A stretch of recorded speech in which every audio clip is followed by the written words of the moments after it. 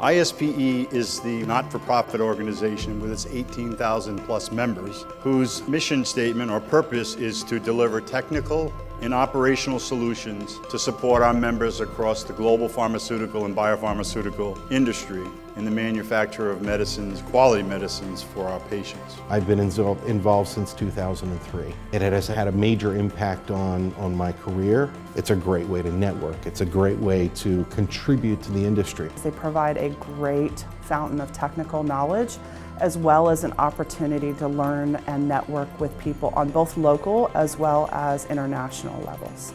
It's about education. It's about references and having a basis, a scientific basis for some of the decisions that we need to make.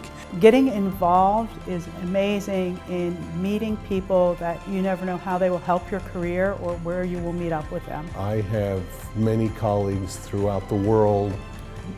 The ability to talk with them about how they approach problems is tremendous, and I think that's one of the huge advantages of the ISPE documentations is that they're written by international teams.